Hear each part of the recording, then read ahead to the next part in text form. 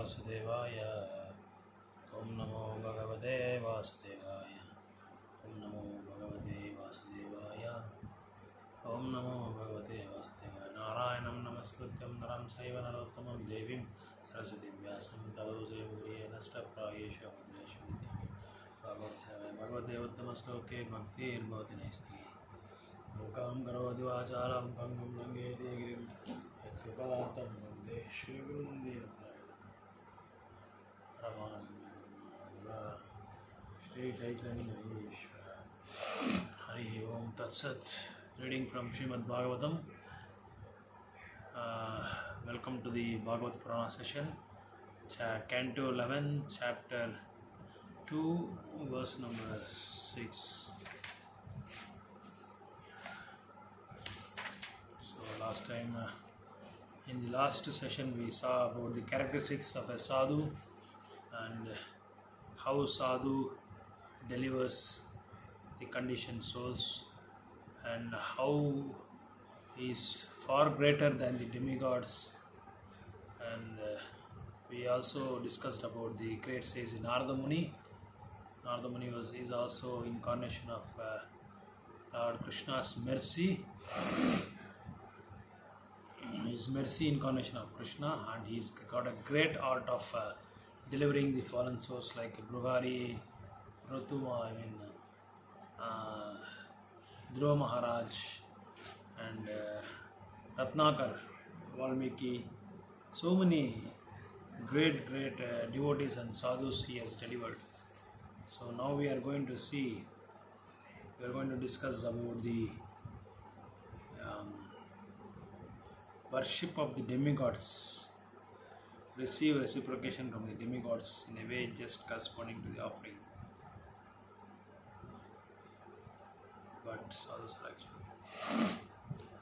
So let me read the verse. Text 6. Bhajante ye yata devan deva api tataivatan cha eva karma sachiva sadhavo dinavatsala. Word by word synonyms. Bhajanti, worship, ye, they, who, yata, in which way, devan, the demigods, deva, the demigods, api also, tata eva, just in that way, tan, them, chaya, in the shadow, eva, as if karma of material work and its reactions, sachiva, the attendants, sadhava, saintly persons, dina vatsala, merciful to the fallen. Translation purport given by Bhaktivedanta Swami Srila Prabhupada ki jai.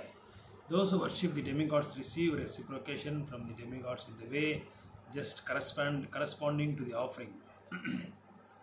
So the demigods are attendants of karma like a person's shadow, but sadhus are actually merciful to the fallen.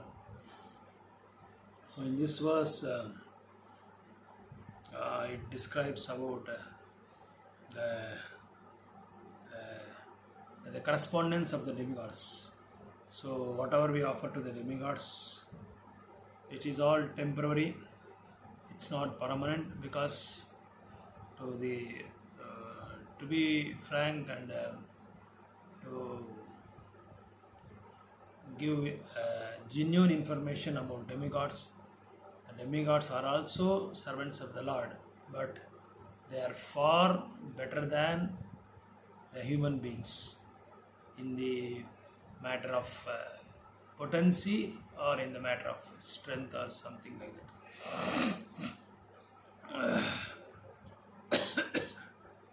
The 33 crores of demigods are far better in their position and also in their strength, position and potency.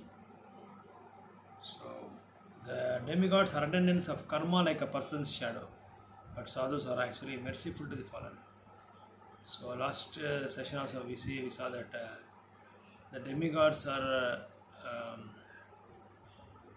if you please the demigods, or if you do yajnas to please demigods, the demigods are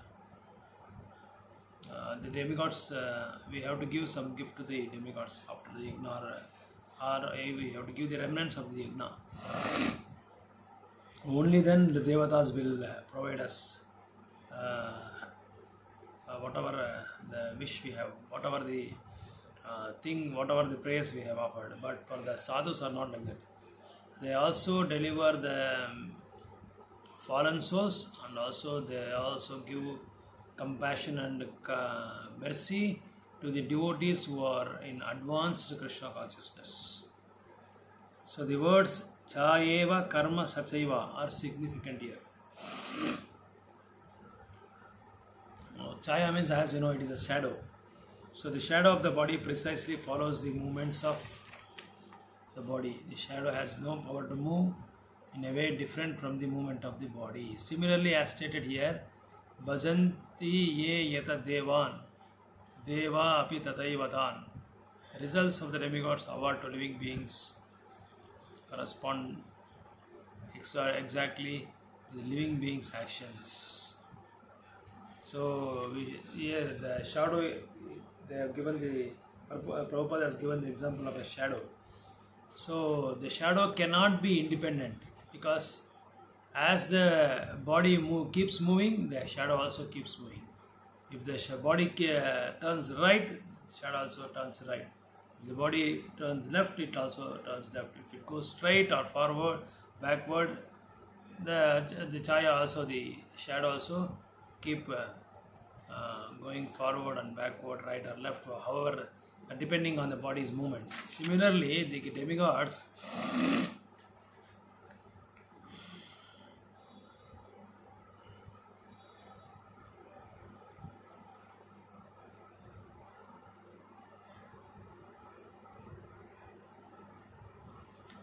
so whatever the human beings' action we have done, the demigods award to living beings correspondingly. Exactly. Whatever the actions you have done, according to that, they will award the demigods, the results of the demigod. The demigods will award the results. So the demigods are empowered by the Lord to follow precisely the particular karma of a living entity in awarding him happiness and distress. So these demigods are recruited or employed by the superior engineer, that is Krishna, the Supreme Personality of Godhead. So they are demigods are empowered by the Supreme Personality of Godhead. So they get that power, they can get that empowerment by Supreme Personality of Godhead Krishna. From that they award the living beings according to their karmic actions. So according to their actions, if they do good activities, they award happiness, and they do bad activities, they award the sadness. So just as a shadow cannot move independently, demigods cannot punish or reward being independently, although demigods are millions of times more powerful than the human beings on the earth. So here the information is genuine, that the demigods, although they are millions of times powerful than the human beings, they cannot award any sort of a benediction or boon to the human beings, because they are also controlled by the Lord Krishna, Lord Sri Krishna. But Krishna has given some power to them. So based on that power, they award the benedictions or sufferings to all the living beings.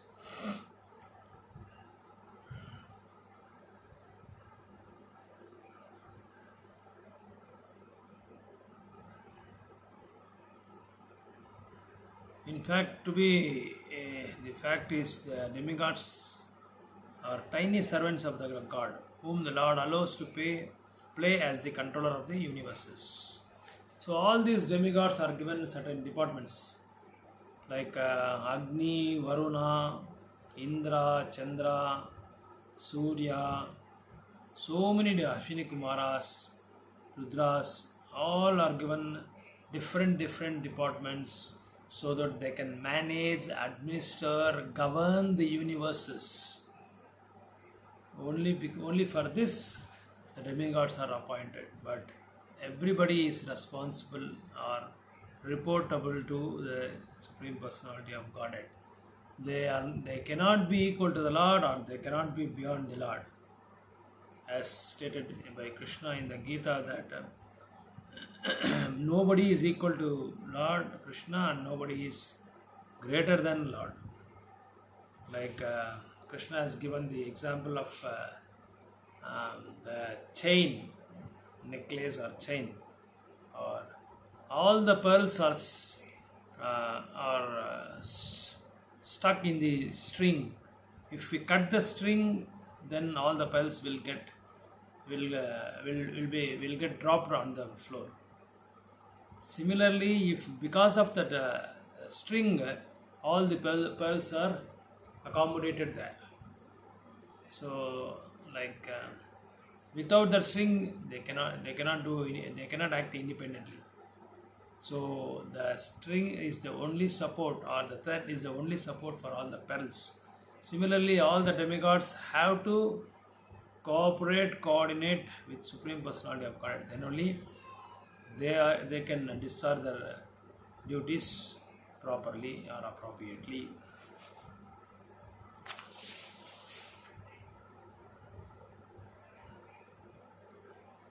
In the fourth canto of Srimad Bhagavatam, Prithu Maharaj, the plenary expansion of Vishnu, the states that even demigods are subject to punishment by the Lord, as if they deviate from his laws. On the other hand, devotees of the Lord, such as Narada, by their potent preaching, can interfere in the karma of living being by persuading him to give up his fruitive activity and mental separation and surrender to the Supreme Personality of God. A beautiful point has been mentioned by Srila Prabhupada in this purport that Prithu Maharaj also says that the demigods are servant of the Lord. Demigods means all these 33 crores of demigods, that is Shiva, Brahma, Lord, Indra, Ashwini Kumaras, Durga, all are demigods. All these demigods are servants of the Lord.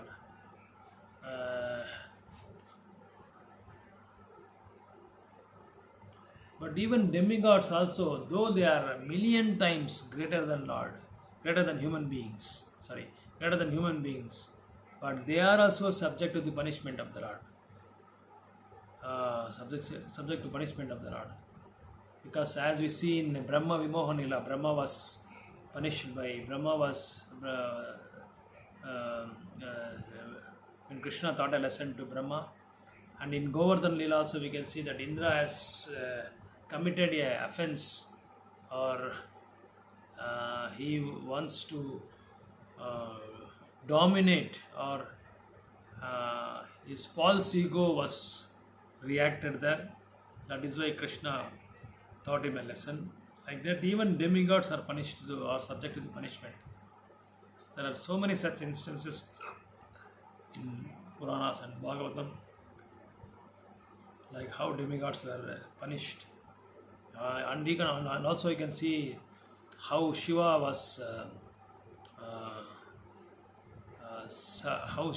very influential, and he was helping his devotee Asura. I think his name is Banasura or something like that. He was helping him just to protect him, just because he gave the benediction to Banasura. And when Banasura came to fight with Vishnu, even Shiva supported Banasura. So at that time, Vishnu had taught him a lesson by defeating him. Like Shiva operated the Agni Dhanas, and Vishnu operated Jaladhanas. And as soon as the Jaladhanas went and approached the Shiva's Dhanas, Agni Dhanas, everything it has become a failure. Shiva Dhanas has the fire has put off by this Jaladhanas. So ultimately Shiva came to consciousness, and because Shiva is also subject to the influence of Tamoguna sometimes, that is only a pastime to learn a lesson. Even though if we are in a greater position, we are subject to be fallen. We are subject to be slipped down from our position, from the greatest position. So that's what Prabhupada mean to say, that even the demigods are subject to punishment. But saints like Narada Muni, they can even deliver the conditioned souls. They can even deliver the um, materialistic persons, mundane persons, by preaching Krishna consciousness to them. So he can preach Krishna consciousness and he can make him give up fruitive activities and material speculation, and he can make him surrender to the Lord also. He's got such a karuna, mercy, compassion to the living beings. But if one becomes enlightened by the association with a pure devotee of the Lord, one can understand one's actual position as an eternal servant of God. By rendering such service, one dissolves his attachment to the material world and reactions of his previous activities, and as a surrendered soul, he is endowed with unlimited spiritual freedom in the service of the Lord in this regard. So, if one wants to surrender to the Lord, he should be enlightened to become and to enlighten by the association of the pure devotees of the Lord. That's what the Shastra says. Take association of the devotees, take advantage of the association of devotees. Then only we can understand one's actual position as a Jivera Sarupa Krishna Re Nityadas. We can understand that sloka only by taking association of pure devotees who can give us enlightenment, who can make us climb from from the lower rung to the upper rung in a ladder, like a ladder. So one can understand one's actual position. Yes, by rendering such service, one dissolves his attachment to the material. So by taking the association of pure devotees like Narada Muni, one can detach from all the material desires, whatever the desires he has accumulated in this in so many births, and also including this birth. So the surrendered soul is endowed with unlimited spiritual freedom in the service of the Lord. So in this regard, there is a verse in Brahma Samhita, Yatva Indragopam Atavendram Ahosva Karma Bandhanu Rupa Pala Bhajanam Atanoti Karmani Nirdhati Kintucha Bhakti Bhajam Govindamadi Purusham Tamam Bhajame. So Brahma is glorifying the Lord Govinda, that he can burn the roots of all fruitive activities of those imbued with devotion.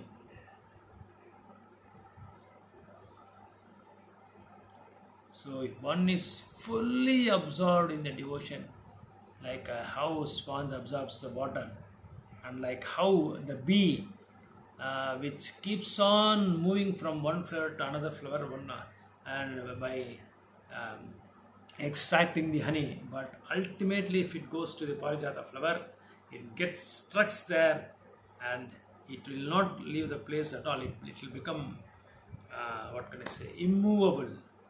So it will become immovable, and because it can taste the ultimate rasa of nectar in that parijata flower. Similarly, the pure devotees who are imbued with the devotion, for them Govinda burns to the root of all fruitive activities.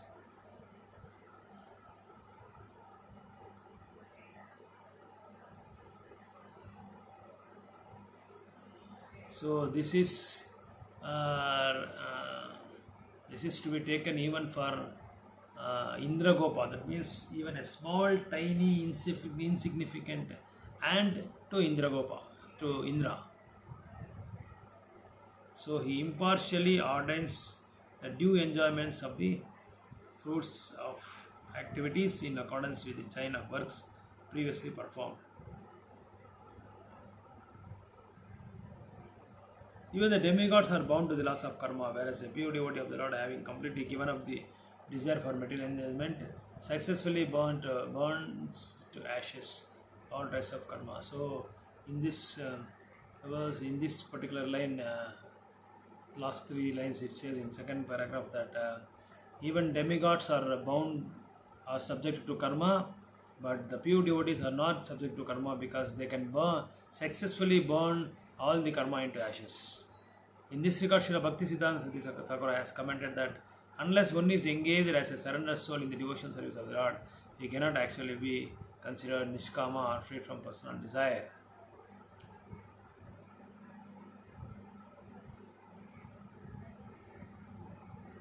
So ultimately, whatever devotional services we do, the highest degree of devotional service is, the epitome of devotional service is to surrender to the Krishna, to the lotus feet of the Lord.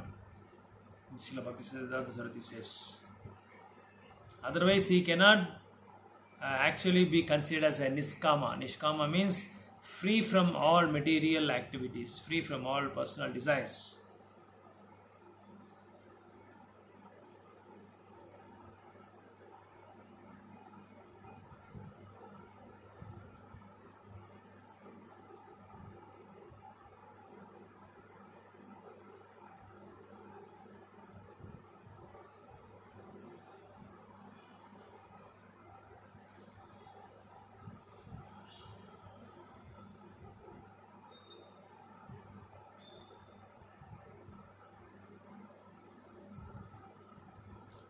So Bhakti Siddhanta however says that according to Srila Bhakti Siddhanta Saraswati, however such karmis and gnanis, while busy in their so-called selflessness, are in fact the servants of lusty desires.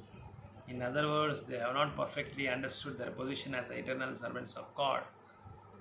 So even the karmis and gnanis who are trying to become selfless, they are busy in their so-called selflessness activities. Even or in fact they are servant of lusty desires. In other words, they have not perfectly rendered the pure devotional service, or they have not understood that they are eternal servants of the Lord. Oh.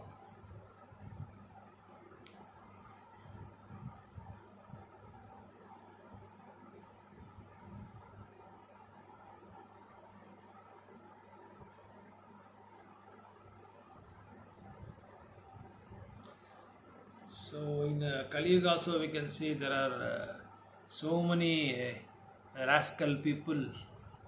They are claiming that they are God, though they doesn't know their position to become the eternal servant of the Lord. They forget that thing, and due to the status or due to the position, they claim that they are the incarnation of God.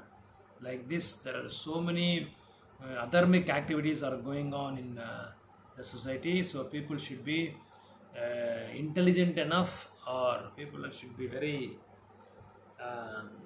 cautious and careful while accepting the guru or spiritual master, or following the guidelines of those Kaitava Dharma.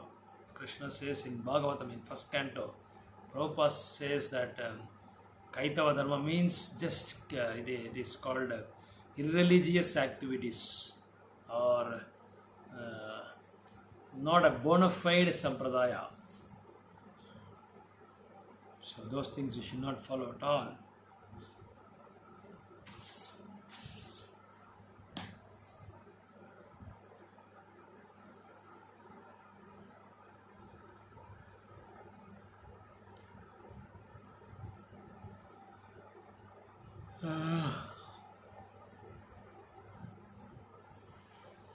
So these grannies and karmis, their main aim is to fulfill their own desires, can show no actual mercy to the fallen souls. Madhvacharya also says in Uddhava Samhita, Sukham icchanti bhutanam prayo dukkasaha nranam tatapi tebhya pravara deva eva haripriyaha. Rishis wants happiness for all beings and are almost always incapable of tolerating the unhappiness of men. Nevertheless, the demigods are superior because they are very dear to Lord Hari. But although Srila Madhvacharya has placed the demigods in a higher position than the merciful rishis, Srila Jiva Goswami has stated Sadhavas Tuna Karmanugataha.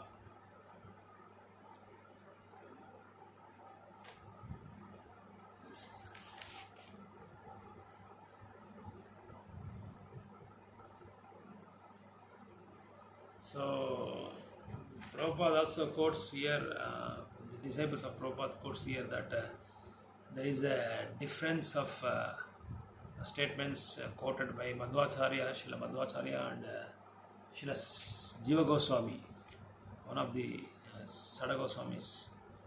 So, Srila Madhvacharya says that demigods are superior because they are very dear to Haripriya, to the Lord Hari.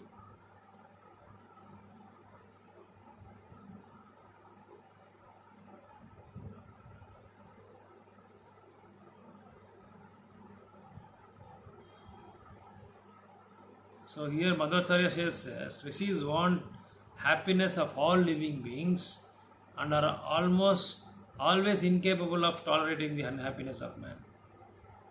Nevertheless, the demigods are superior because they are very dear to Lord Hari. But Srila Jiva Goswami says, because Madhvacharya placing the demigods in a higher position than the merciful rishis. So the meaning is, Madhvacharya says that our demigods are greater than rishis. But here Jiva Goswami says sadhus are actually better than the demigods, because sadhus can deliver all types of conditioned souls. They can show merciful regardless of pious or impious acts of the conditioned souls. That's what here says.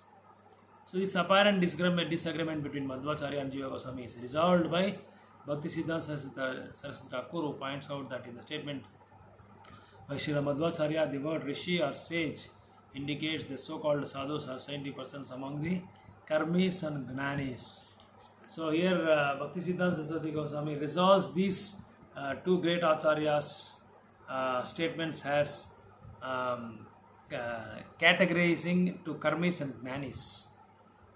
Ordinary fruity workers or speculative philosophers certainly consider themselves to be at the summit of pious morality and altruism.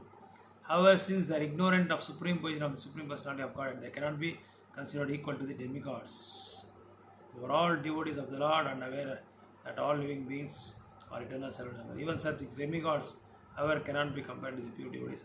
So ultimately it says that Narada Muni, the devotees like Narada Muni and saintly persons are far, far, far greater than demigods in the matter of devotion service. Hare Krishna, Krishna Hare Hare, Hare Ram, Hare Ram.